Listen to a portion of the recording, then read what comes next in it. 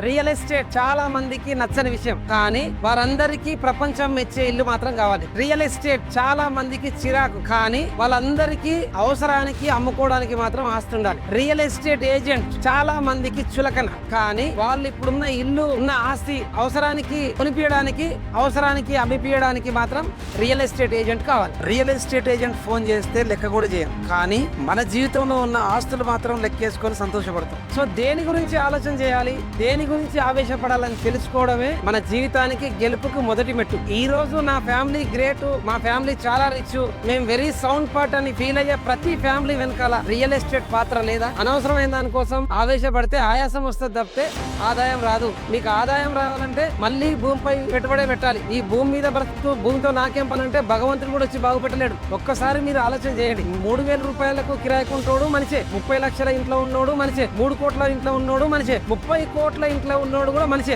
So వీళ్ళందరూ మనుషులు సమానం అన్నప్పుడు విలువ కూడా సమానం ఉండాలిగా. ఎందుకంటే 30 కోట్ల ఇంట్లో ఉండే వాళ్ళు భవిష్యత్తుని దృష్టిలో పెట్టుకొని ముందే భూమిని నమ్మి ఇన్వెస్ట్ చేసిరు కనుక ఆ భూమి విలువ పెరిగింది కనుక ఆ మనిషి విలువ పెరిగింది. మనుషులందరూ సమానమే. మీరు విలువల కోసం లెక్క చేయడం కోసం పరితపించకండి, బాధేయపడకండి. మీరు ప్లాట్ కొనుక్కోండి, ఖచ్చితంగా మీ విలువ పెరుగుతుంది. నాకు రియల్ లైఫ్ లో స్టేటస్ లేదు, నన్ను ఎవరు లెక్క చేస్తలేరని బాధపడే కంటే భూమి నమ్ముకొని రియల్ ఎస్టేట్ నమ్ముకొని ఇన్వెస్ట్ చేయండి. It is not about real estate, it is all about your real status. So do invest in real estate to change your status in real life, and good luck.